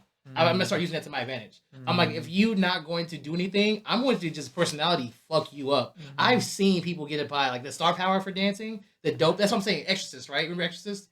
He used to literally just not go crazy like this for a whole round, and I agree, he fucked you up. He fucked Andy. When I first met Andy, that's the thing. It was crazy about him. It was crazy about Andy. He literally did a round where he didn't dance really. He just walked around. He was like, looked at the person. He was like, he walked around like, and then he kept going around. It was like, nah. Then he's like 5. He's like, yeah. I'm like, bro, he didn't even dance. Everyone's danced their heart out for so long. I just would stop dancing if somebody did that to me. I would not be like, oh, we're going round 2 at some other jam or whatever. I'd just be like, fuck, and then just like leave. But it's like one of those things where it's like he created his own energy. Like he didn't need your energy. Like you were like directly trying to just people are trying. That's the thing too. You're fine. That's my.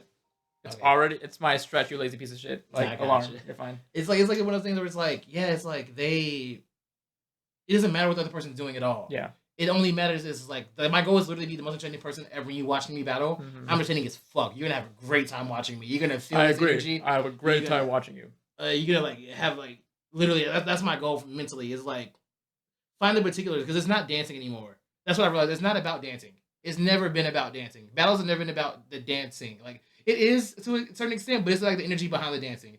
Because there's only times I've seen a battle where it's like one person actually is a better dancer, like is a better dancer than this person over here, but they're not feeling it like that person's feeling it. You know what I mean? This person's in your face, like who, like really feeling themselves. You know what I mean? The crowd, I guess, like, but I feel like there's times when I feel like the energy overshadowed the dance, to where it's like the person who then was a better dancer should win because this other person did not rein in their energy in order to also dance because it's a dance battle. It is not about like, it is not about how in their face you're being. It should also be about, okay, how did you like dance better than them? Did you actually dance battle them out of the ring, or did you just like push and shove and chest bump and like them out? Like you didn't really do anything. You just like moved them out. All right, so I'm gonna to answer that, to go another tangent like that tangent, but like to go against that is like we understand now, right? We talked about this for the whole time. We see things differently. Mm-hmm.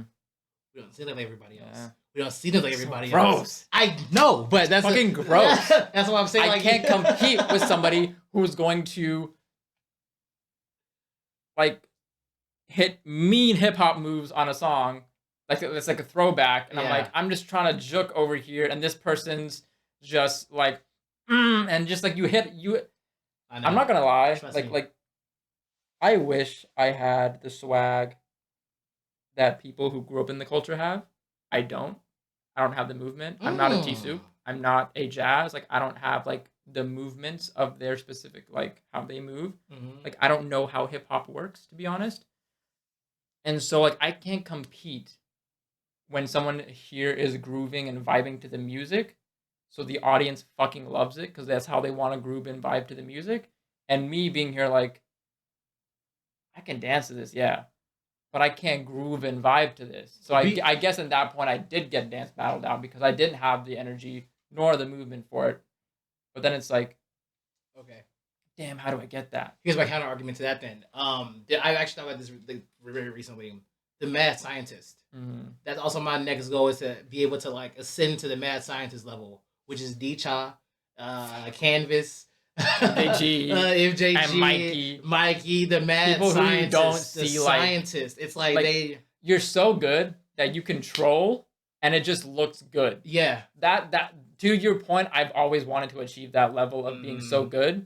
Rishi has it the same way too, but like Rishi, he's more. He can do it. It is like what he does, but it's like you control and just joke around and fool around so much with your movement to where like you could do that for a whole round. And it's like. Good. It was so good. My favorite. D-Cha is my favorite dance troll of all time. Of all time. Any battle. Like there's times when he battles and I'm like, damn, he didn't troll as much as I thought he was going to. Fuck. Yeah, but it was still so he should have trolled more. Because like he's just so good at his musicality, his movement, his body. I think he like combining his breaking with all the other things he does. He just knows when to like poke fun. He does. At you. Yeah. Because my first battle ever was against D-Cha back at DFC, and it was when he was in the crew, so he had like Cho and everybody behind him. So like it was all of them versus me in a sense, and I was like, "That's hard." I invited my friends to come watch that one, and I was like, "Oh, I'm never coming back here again. I'm never bringing them back here for sure. But I'm never battling again, and I've only ever battled like 3 times in my life ever. That's crazy. I think I'm at 6 now. It's like I feel you though. Yep. I hate battling, bro. I hate battling. I just want to do it solely because it's like I like competitors. I like the thrill that comes with it too. Like I love a good UMF. Yeah. Every single time I go to UMF after the year that I battled with Jazz and we got to the stage, I never like battled there again because I always forgot when it was and didn't have a partner in time or whatever. But then it was like I always got there and as a spectator I was like, so much fun, and I was like vibrating with like, oh, I want to get out there. And then we have the session, and it's not the same as the battle though. Yeah. So it's like different. So I don't want to get. I sometimes don't want to get. I don't find the same thrill in the sessions like the cipher circles as I found the battle circles. And I'm like, damn, maybe next time. Next time comes around, didn't do it. Fuck. Next time comes around, didn't do it. Fuck. And so like, it just kept happening. Like I'm not battling at OTD, but like, I'm looking forward to everybody who does battle. I'm not either. But it's not. I haven't trained hard enough. That's also my thing of like, I haven't trained hard enough to battle, where it's like I'm not one of those people who's just gonna go pay to battle and then like just have that one round. Like I want to go on there being like, I trained for this. Yeah, I feel good. I want to now test myself. Let me test my mettle a little bit. Even if I lose, I trained for this, so like I got something out of it. I did not just come in here, pay $25, dance to lose, and then go watch other people dance. Like that's not what I'm about. Same. And one of like the interview that Siler did with MJG on his channel, it was really crazy to me because that was the first time I saw MJG in his like ruthless mode, his like ruthless dancer, like that mode. I need to watch that. It was really good because he was like, you know, if you're not there to win, why the fuck are you there for? Facts. That's also facts. And so like, because in my head I was like, you know, I was thinking about it very like, you know, I want to go have fun. I don't want to pay and do all this stuff. And he's like, if you're not there to win, what the fuck are you there for? What if you lose that money? Whatever. If you're not there to win, what are you there for? It was like the gist of what he was saying. But it was most like ruthless I've seen MJG, because it's always been like mentor, like fun loving, like MJG. He's the most savage person in dance. No, 100%. Him or Camo, they're actually the most savage. They're the sweetest. But if you fuck with them, they're come at you. They're like, they don't fuck with me. They're just don't fuck with me. Yeah. If you don't fuck with me, we can be homies for life. Yeah. I don't care what level you're at. We all gonna get it eventually. Yeah, but they grew up in that era. It's like what you're saying. They grew up in that era where like you did deal shit out with battling. For us and like ours, like we don't do that. Like you don't really like. I thought that was corny for a lot. I like when they do it. When they do it, I've always said that because it's probably for a good reason. I know them, but anybody else, I'm just like. But now I get it though. At this point, it makes sense. Yeah, when I was like a 20-year-old, it didn't make sense. No, I was like, why? And I was like, why the fuck am I battling this guy? Like there were people in this scene where I was like, I would love to battle you just to put you in the fucking ground. Like, I personally feel like I fucked up this scene. I ain't gonna lie to you. Yeah, I feel like I personally fucked up the battle scene. I personally fucked it up. Like just me being like overtly like, because my thing, I've always been positive reinforcement guy.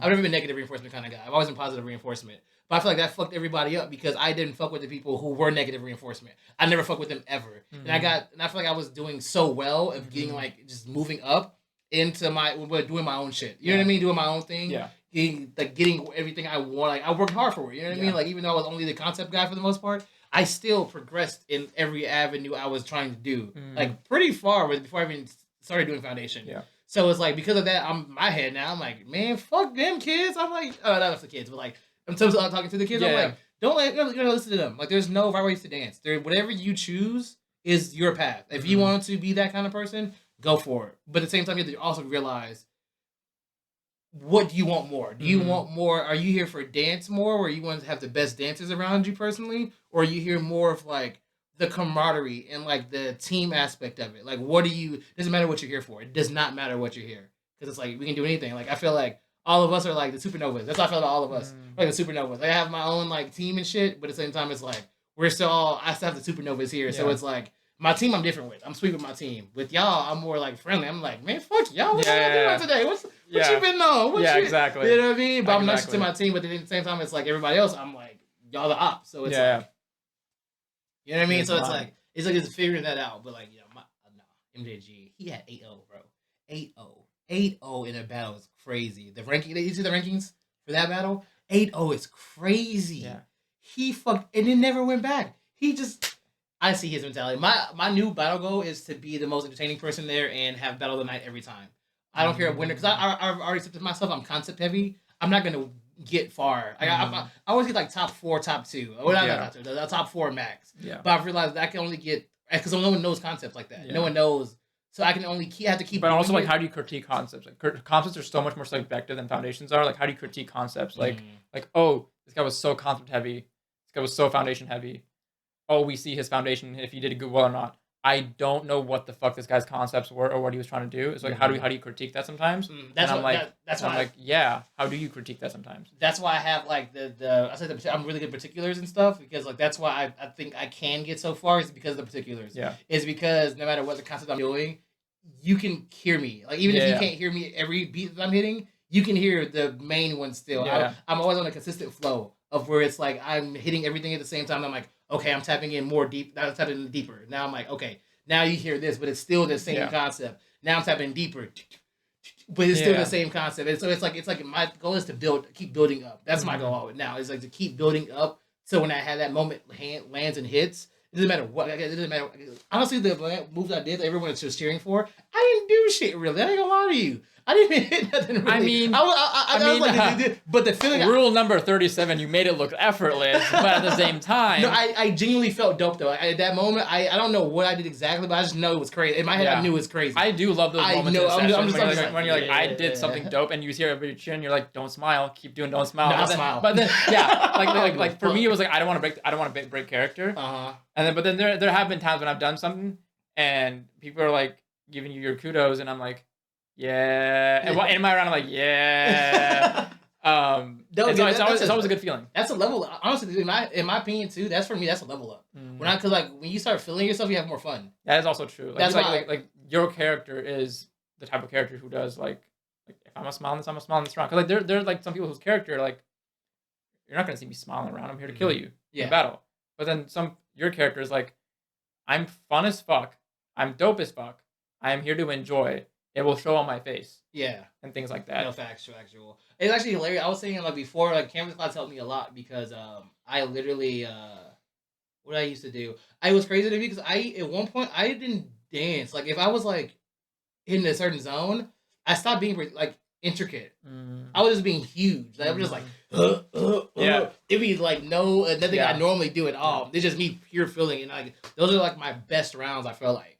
Even though the least amount of skill, and I'm just really feeling myself. I'm just really having a great time. You know what I mean? Those are the ones that everyone like remembers the most. Versus like the small like, there's always one person who's like, that was crazy. How'd you do that? Yeah. There's one person like that. But when I'm just like, I mean, when I first see that, I'm like, yeah, that was dope. Yeah. But then if I see you do it like often enough, I'm like, okay, cool. Now that is part of his repertoire.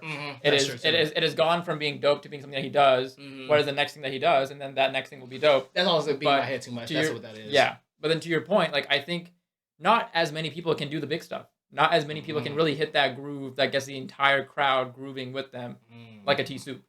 Like not everybody can do that, and so like that's what I admire about like those type of movements. Like a lot of people can learn the intricacies because it is like.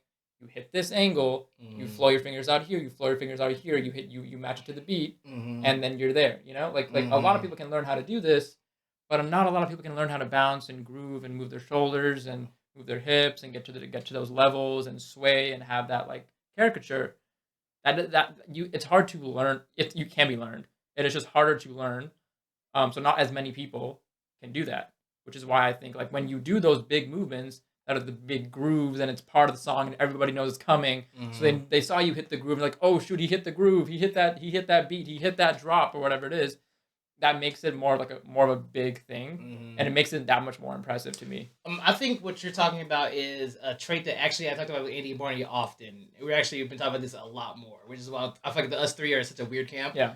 We're trying to get into the crowd control realm. Well, I feel like actually Barney's both of them actually already go to it. Actually, both of them are actually some of the best at it. Yeah. Fuck Barney. Fuck Barney. Fuck Alexander Barnes for doing this, right? He is so fucking good at crowd control. He said he was the best at it. I didn't give it to him in the moment. He for sure is the best at it. I'm sending this to him. I'm like, no dick riding, but I think you should know. I hate you. Yeah. But kudos. Yeah, I for sure give it. I was like, no, you're not. It's for sure somebody else. It's for sure Barney, bro. For sure him. He makes the best. He also makes Barney's good at crowd control and moments. He's just the best. It's like he's hard. It's hard to beat him. It's hard to beat him because I think like when he moves right, I'm like, when I look at you objectively, I personally mentally don't think you're doing something crazy. But then I step back. Mm-hmm. I'm just looking at you, an audience member here to enjoy. Fuck, you're going off. Yeah, and so facts. it's just like I think the way he's been able to cultivate his movement to be able to make so easily readable. Yeah. So he can be doing a concept, can see it clearly. It's clear as day. I can see it clearly as an audience member. Mm-hmm. He can be doing his animation, clear as day, clean, and then he'll he'll poke fun also. Clean. You get it. You see exactly where the joke is. Mm-hmm. You see exactly where the fun is. You see exactly where the banter. It's very obvious. The banter in his movement, you see that, and that is and his crowd control. I feel like is very just like jovial, funny, buffoon, tomfoolery, that type of stuff. Same, but he also is fucking dope as shit. Oh, dope as shit. Almost like Deechaw's more trolly, but Barney is like just more like tomfoolery, just like playing around kind of stuff. And then you have like Andy's crowd control, which is just like, everybody, look at this aura that I have. Yeah. And everybody rise the fuck up. Yeah. It's literally just everybody rise the fuck up. Everybody and no rise matter, the fuck anytime up. he starts dancing, I'm rising the fuck up. Yeah, every single time. You gotta watch him. You gotta, you know what he's gonna do. You have no idea what he's gonna do. He can do anything he wants to do. And he doesn't care about what he's doing. So it's even scary because it's like he would do something, he doesn't care about it. Yeah. And he'd just be like, yeah, he exactly. Off, he's just like, Are they battling? Huh? Is Barney or him battling OTD? Oh, I think Barney is. Okay. Barney's. I love Barney. He said he hosted the last one solely because he's like, I don't need to qualify. I can just go to the battle and just get it. Fair. I was like, I love you, bro. That's my fault. All right, Barney. I forgot we're recording. Bro, I've been looking at this time. We are at 3 hours and 25 minutes of straight recording, everybody. That's hilarious. This is so funny because I've been keeping an eye on it and obviously have not. I would just like to take credit for not making this seem as heavy of an interview because you had no idea what time it was. And, or how long we've been recording? Because this has been on the entire time. I've been talking to a camera the entire time. I've been looking at the mic, looking at the stuff and everything like that. Barney and Andy, I would love to have you on the End Goal podcast here with Intro Arish. Please, I'll have my people talk to your people. And hey, Cam, can you ask Andy for me? He's not responding to my calls. I'm his people and your people. We just go through Cam at this point. Oh, that's so funny. Oh, that's so funny. That's hilarious. I love the boys to death. Like, they literally are the reason I feel like I'm comfortable. It's crazy. I meet people all the time dancing, and I'm like, I feel so bad for them when they tell me like their struggles with dancing stuff. I'm like, I never had your struggles, and I am so sorry about that. Like, I cannot relate to your struggles. I've never had a problem with finding people to dance with, people similar minded to me. I've never had a problem with that. And all the people who are just like weird, just do weird shit.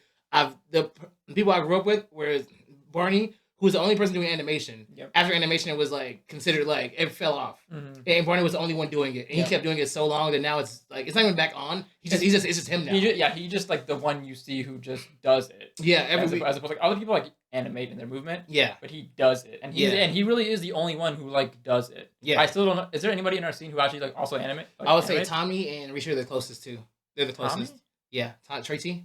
Oh yes, yeah. They're the closest to it for sure. Actually, Trey T's. I would say Trey T 100%. Rishi for sure can. I don't even call himself an animator. Rishi's just a dancer. Rishi's just a dancer. Does he still call himself a popper, or does he call himself a dancer now? Because I actually asked him this in the past. I asked the boys this when I was talking to them. I was like, would you rather be a freestyler, or would you rather be called a popper, like Boger, Hauser, Crumper, etc.? Like, would you rather be called by your distinction? Or would you rather just be called a like a dancer and like a mover, like a freestyler or whatever? And I think at that point he was like, I'd rather be called a popper. I don't know his answer right now. I think I talked to him about it last summer, and it changes often for him though. Sure. He was saying something like there was like along the lines of people forget that he can dance. People just see him only as a popper, but they don't know he's also one of the most ratchet people I know. Like genuine, I'm not even like no hard, like not even like capping. Like he's the most like he can do anything he wants. Yeah. Feminine dancing, ratchet dancing. Yeah. He can do it all. It doesn't matter what you put him in. Yeah. He will execute pretty fucking well, honestly. I agree. Except probably maybe ballet. That's probably the only thing I don't see him executing. Yeah, what can you not do, Ricky? That's the only thing. What can you not do? I'm gonna get you on this podcast and talk to you about it. What can you not do? I don't know. Maybe he can't pull it out. I don't know. this man pulls out a pirouette like on carpet. I'm like, I ain't down. Stop the camera. Stop everything. I ain't down. You reach. That's hilarious. I would say your greatest strength is loser. You're not gonna get around this. I did not put myself on that list specifically because I was like, I'm not trying to compliment bait. I'm not trying to do any sort of baiting. I was wondering. I was like, is he not gonna say anything at all? I was not. You gonna say something else? My whole goal is to not make this like stuff about me when I have a guest on. Oh no, it's okay. I got you. But at the same time, like, as much as I can share my experiences and stuff, I do. Mm-hmm. But the whole thing is, this is about you. The whole point is you're the subject, you're the topic. So as much as I can have you share your knowledge, share your thoughts, share about who you are, that's more valuable to the audience, in my opinion, than it is me, because they see me on like every other video, but they don't always get to see you. Well, too bad. I'm talking about ours now. I would say your biggest quality is honestly like your. It's crazy. I would say A, the brain, B, the commitment. It's like, like you make you make amazing choices. Like, you know exactly, like, even when you're just chilling. Like, even then, so you just work is like different, like, just you try different things. Like, it's just like it's very unorthodox. Like, you get the stick era was crazy. The stick era was different, bro. That was a crazy era. There was like the juke. Every time you came in juking era, that was fire. When you go back to your floor work, I missed that era I forget so much, bro. It happened one time, and I remember you did it one time in one of the rounds, and someone was talking to me about that round. Like, I didn't know ours did floor work, which is crazy. I remember that. It was the Canvas sessions, or the classes, and I'm pretty sure it was one of the new kids, like one of the new like women, like I think you were saying, They're like, I didn't know Irish did floor work, and I'm like, oh yeah, you didn't know. You don't know. It was the same way when I came back in the scene after being in Paris for a year and a half. Like, I remember this interaction with Don at one point, because he was also coming to the classes and the sessions a lot. And so, like, he was constantly seeing me do new shit that I hadn't done in front of him because he didn't know how I moved. He was like, oh, I didn't know you waved like that. Or, oh, you juke like that. Mm-hmm. Oh, you get down on the floor like that. Mm-hmm. It's history. People don't know history. Yeah, because, like, I don't do a lot of the stuff now because I haven't done it in a while. Mm-hmm. Like, I attribute my movement now to juking. Mm-hmm. Juking is, like, the cornerstone of my movement. Goes into gliding, goes into waving. Sometimes I'll pop a little bit. Sometimes I'll get on the floor if I feel like it. But, like, I don't do floor work much anymore either. Whereas my movement used to be like all waving, all like concepts, my patience, etc. But I feel like, to your point, I've lost that commitment now. That's what I'm trying to get back, because like my issue was like, one, my body won't follow my brain anymore. Mm-hmm. So every time I dance, like, I just feels bad. Like, I had a round of like 7 or 8 like dance rounds earlier this week. It was like after I was on record. It was like Sunday, and I got my camera out. I got my phone camera and this camera. I was like, I want a specific frame, and then I just want to move. I only post them to my stories. I don't post them anywhere else. And it was the same session for which like I posted those couple of clips, and I was like, not a good dancer, and this is not good dance quality or whatever. Because I was like, it's so hard. I don't know why it's hard for me to commit to my movement anymore, because I feel like I'm always making the wrong choice now. I feel you on that. No, I feel you. I had to break that down last year. My goal when I'm thinking while dancing now is to only make a choice. That's the only time I feel like when I do make a choice, my round's fire. Like, when I go into that round with like, okay, your choice for this round is simply juking. Or my choice for this round is simply level 2, like elevation. My choice is floor. Like, that's the only choice I give myself. People call it like, a theme for the round. I call it a choice. And so in there, interesting too, I boxed myself into like limiting myself in this space. Therefore, everything else is like feels freer.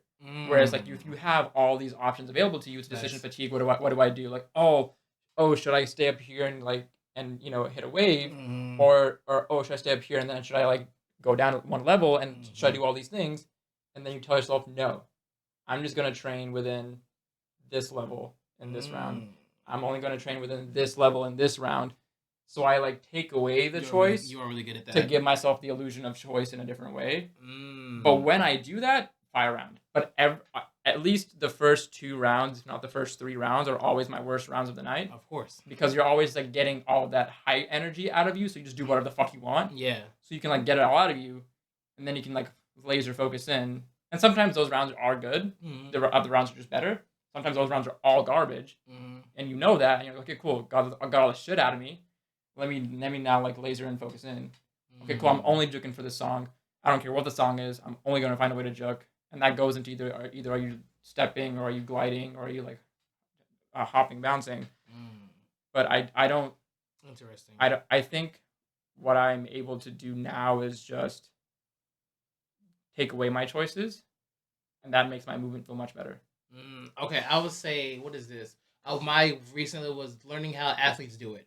I was thinking about how athletes get into a zone, and I was like, in my head, because I was like, they're also different kinds of zone. People who work out, people athletes, people who would draw, like artists and like who draw and stuff, and like everyone has like a way of getting into the zone. And my goal was to figure that out for every individual route and figure out how that works for me.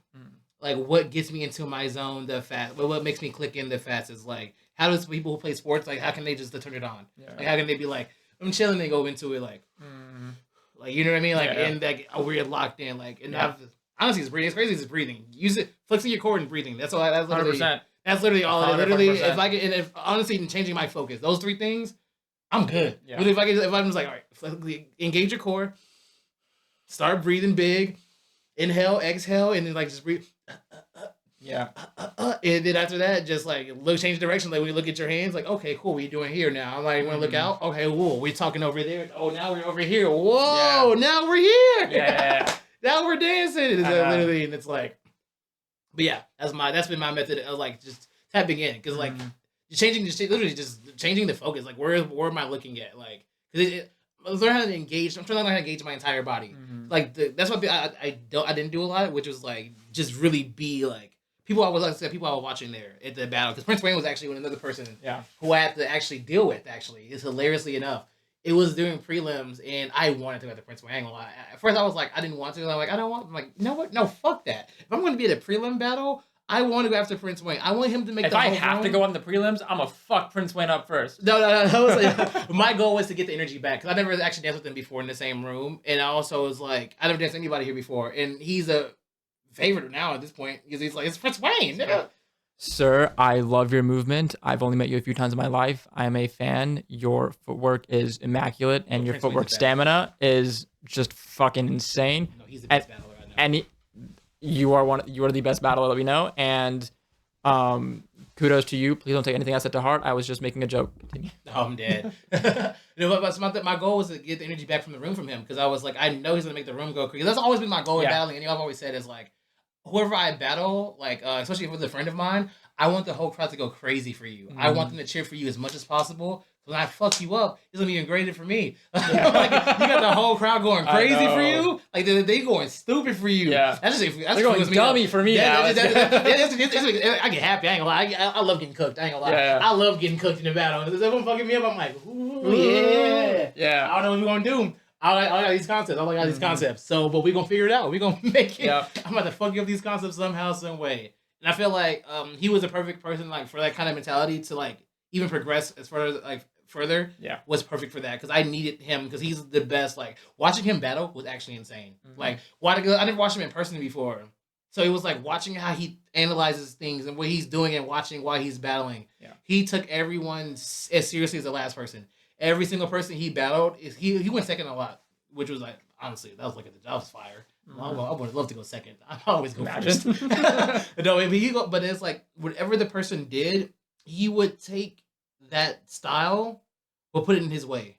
So like he wouldn't get skinny, and skinny went crazy. I ain't gonna lie, skinny went crazy. I was so proud of this bro. Skinny versus Prince Wayne. I'm proud of Skinny's level up over time. Bro. Just watching him from what he's been doing and his dedication, his fucking concept journal he brings to every session. I have one. Man, he got that from me. Man. He did. No, he did. Like, no, I'm kidding. I think that's Mikey used to have one when he used to come to sessions too. But like dedication, Skinny, props to you. No facts. He always working on something. He's one of my biggest ops too because he's always working on something. Every time I see him, I feel lazy. Because every time I see him, I'm like, why am I not working on what he's Exactly. I get mad when I'm like, man, what your bitch ass working on? Let me see that shit. Let me see that fucking journal. That's good. Oh, that's smart. Damn. Oh, let's take a picture of it. Leak it online later. The skinny list. I'll be at home, Brian. I'll be at my home. I'm like, okay, you did this. What you doing? I'm like, oh yeah, you good. Yeah, you thought. Yeah. Next battle, I'm gonna pull this out on you right now. Facts.